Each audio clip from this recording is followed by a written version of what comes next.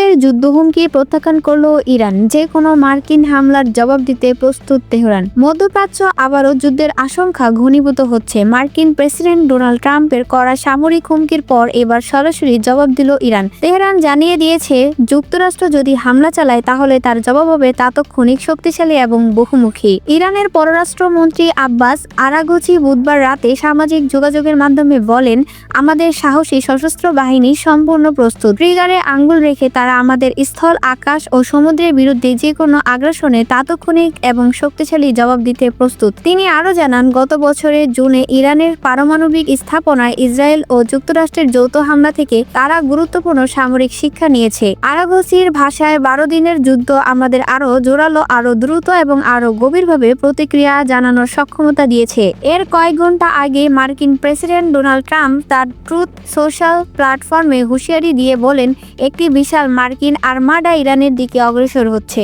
দাবি করেন, এই নৌবহর প্রয়োজনে দ্রুত ও সহিংসতার মাধ্যমে সম্পূর্ণ সক্ষম। তিনি আরো বলেন, ইরান যদি দ্রুত আলোচনার টেবিলে না আসে এবং একটি ন্যায্য ও ন্যায়সঙ্গত চুক্তি যেখানে কোনো পারমাণবিক অস্ত্র থাকবে না করে, তাহলে ভবিষ্যতে হামলা হবে আরও ভয়াবহ। ট্রাম্প বারবার দাবি করে আসছেন, গত বছরের মার্কিন হামলায় ইরানের পারমাণবিক কর্মসূচি সম্পূর্ণ ধ্বংস হয়েছে, কিন্তু তেহরান এই দাবি প্রত্যাখ্যান করেছে। ইরান জোর দিয়ে বলছে, তাদের পারমাণবিক কর্মসূচির উদ্দেশ্য সম্পূর্ণ বেসামরিক এবং ইউরেনিয়াম সমৃদ্ধকরণ তাদের বৈধ অধিকার। হামলার পর দেশটির উচ্চমাত্রায় সমৃদ্ধ ইউরেনিয়ামের বর্তমান অবস্থান এখনও স্পষ্ট নয়, যা আন্তর্জাতিক মহলে উদ্বেগ তৈরি করেছে। এই উত্তেজনার মধ্যেই যুক্তরাষ্ট্র মধ্যপ্রাচ্য ইউএসএস আব্রাহাম লিঙ্কন বিমানবাহী রণতরী মোতায়েন করেছে। বিশ্লেষকদের মতে এটি ওয়াশিংটনের একটি স্পষ্ট শক্তি প্রদর্শন।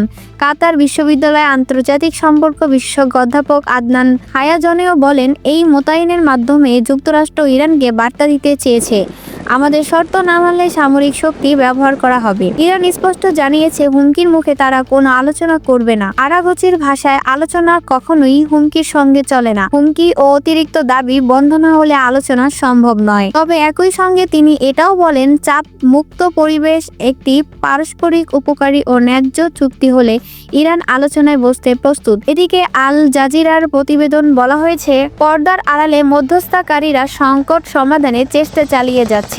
এদিকে ট্রাম্পের সামরিক হুমকি, অন্যদিকে ইরানের কঠোর প্রতিরোধের বার্তা। পরিস্থিতি যে কোনো মুহূর্তে বড় সংঘাতে রূপ নিতে পারে বলে আশঙ্কা করছেন বিশ্লেষকরা। এখন প্রশ্ন একটাই, আলোচনা নাকি যুদ্ধ?